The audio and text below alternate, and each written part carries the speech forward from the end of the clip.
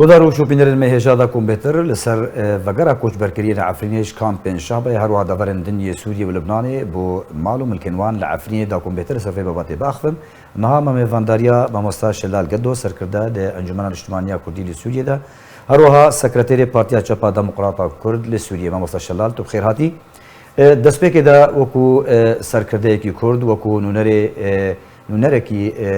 انا كسيد ناف ائتلاف الاجتماعية سوريا ده ون وگرا کوچ برکرین عفرینه بوزه دوان دوی دمیده تری آسانگیان چاوت نرخین. ما براستی دستپیکا قیرانی العفرین گو چه بو دستپیکا ایریش لسر عفرینه چه بو هر بانگوازی ما او بون وکو انا کسی وکو نونرین انا کسی دنوا کوالسیون دیجی هر جاره که ما گوتی هر جواتی خود هر مناسبه که ده و ما قال لك جراج ريباز رجي گوتیه ولهمو او این راگیاندنه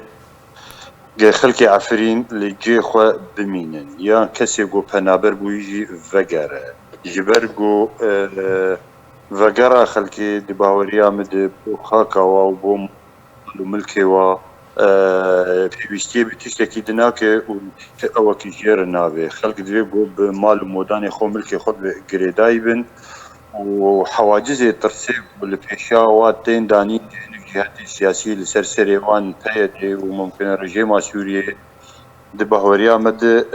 او خلقي عفرين بيتر استهداف ذكم بيتر اجبوغو او خلق بمينن دوان كامبي بنابريه ديك لدرو دوري حلبي الشهبة والدفري دي بيتر انهاكا وكو معسكرات وكو كامبي عسكرين يعني جبوق افيد جوا خلقا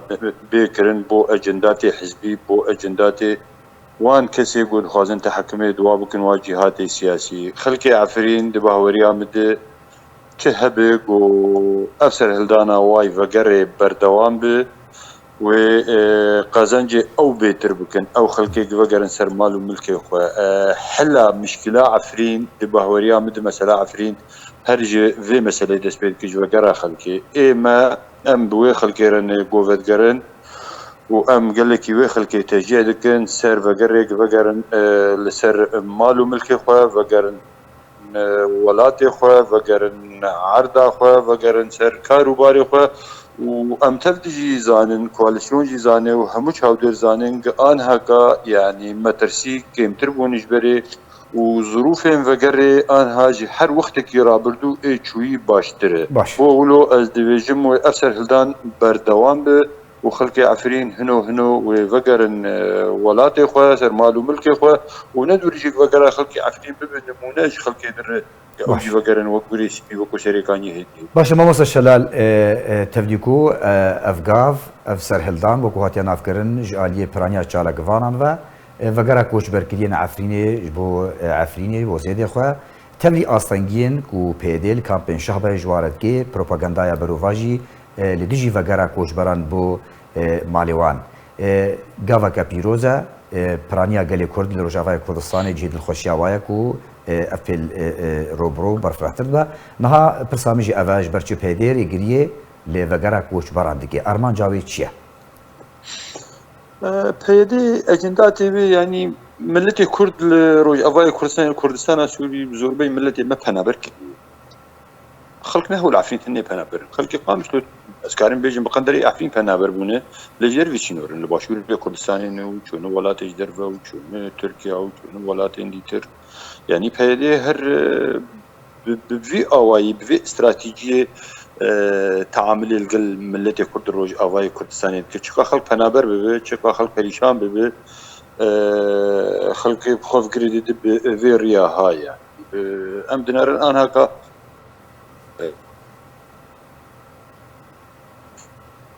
كن كردستاني چكا خلق پريشان دكن استراتيجيه واهر بفي اوای خلق بيتر في ريا كارن بخوف قريدن خلق وقت يقول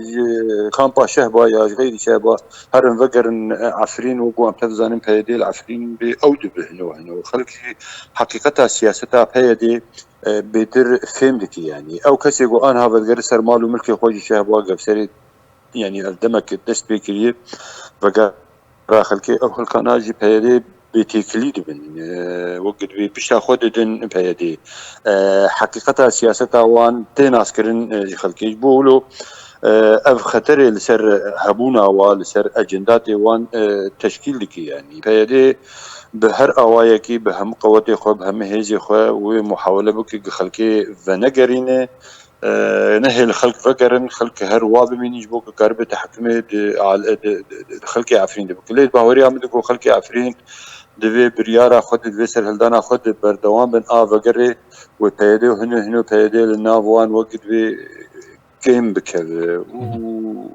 ومشكلة هاتي سريع عفرين جي دسبيكي حيان هذا مخابن يعني سبب هر هبونا بيدي بو هر خطاب سياسي بيدي بو هر قفي جو بيدي المعارضين كرن هر ممارسات بيدي لسر عردي بيتشاو ذكر وقت يقول عفرين ده صلاة دار بو برامبر تركيا وبرامبر هيزن اوبوزيسيون سوريا دواي في انجاما وضع خلقي تيكشو عفرين وقت بيجي دستوان شو خلقي عفرين جي بنابر بون حلا مشكلة خلقي تفقر دي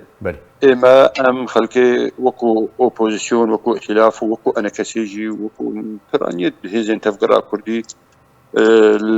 فيش خلقيت سكنن خلق بقرن سر معلوم الكي خو بقرن ولاتي باشا ما مصر شلال ونوكو نري أنا كسيد نابتي لافدا وكو سركردي كي أنا كسيدا لبرامبر ذيري قريا بيديج وقرا كوش بركرين عفريني لا ون چكار بكن داكو آسانكاري يانكو وقرا وان آرام باش بو معلوم الكنوا أنا كسي اتلاف چكاري بكيش بو وقرا كوش بران داكو وقرا آرام لوار دابين كرن موكو ائتلاف وكو انا كسي دنجي كوتش بري خوا شهوه وحلبي عفرين وغي عفرين دقيقين همو ولاتين جيهاني ولتشي جواتك امرودنين بولاتين دوسي خور رئيس الهيج واخو ديرول نافا قيرانا سوريا دي ام دنجي واكوش برا دقيقين واق بيدي هر يعني منع دك قدغدك فقرا خلكي بيدي مشكله مزن كشي جورب بو خلكي درس دك بو خلك فنقرن سر مال وملكي ومساله تغيير ديموغرافي بر تين زمان وكارتين ودكن سر خلكي فقرن جي خلكي ويدري زيان مزن ببينين اما ام وكو نونرين ملتي خو وكو نونرين انا كسيد نافا كواليسيون دي هر انجي كواليسيون دي مساله شروبتكن وهرج هر ولاتك يرق خديرول ودور باندور لقيرانا سوريا دي ام دنجي باطنا برا دكين اما ام رولي خو دوري خوزانين ام وكو اوينه كين ايش ملتي خود بهزن جي اوبوزيسيون سوريا وجهر خلقي كيدرق ام تكليدار مبواره دوي ميداني دي ام بتخسيري حوالان ما وكتلا كردية كتلان انا كسيد نوار كواليسيوني دي ام دنجي خلقين براستي وام دنجي ايشي بنابري عفرين دقينين هر دركي وام بردوان بندبي اوي باشا ما مصر شلال ون چو بانگي بانگا وچياج بو خلقي ما عفريني بتهيبات كوش بركريين عفريني كو قلق زحمتي دقشينن تبي اصلا بيدي قالك جوان بمشيجي مالباطنا بمشي فقريانا عفريني جبو في ميلاتي قهرمان جبو فان كوش بران ون بياما واتشيه بياما مو بانقا ما جبو فا قهرمانين بنابري عفرين قوفت قرن ولاتي خوات تبقو زحمتي قالك هي ام جوارد بيجين بردوان بند سرهلدانا فقريدي ام جوارد بيجين چي ايق مترسية مزن جوار چي دك دبي بمينن لفا كامبي زلي وقوتي قوتن او ندوسي خلقي عفرينن خلقي عفرين قفقرن ولاتي خو بندي خو باجاري خو وجيانا و روجانا وج اوا كابا دبهوريه مد وقو ام تشوفين خلقي قوفت قرن خلقي العفرين ماني جيانا و هم متشتيوانج خلقي دكامباد وباشتر بيك بالكامباد وينن ام بهمو قوتا خو بهمو طاقات وامكانات خوي سياسي ام لبيشتا خلكي خنق وخلكي ما بقرن وام هيفيدارن قبر دوام بنت دفي فقرا قوان ها دست بكري و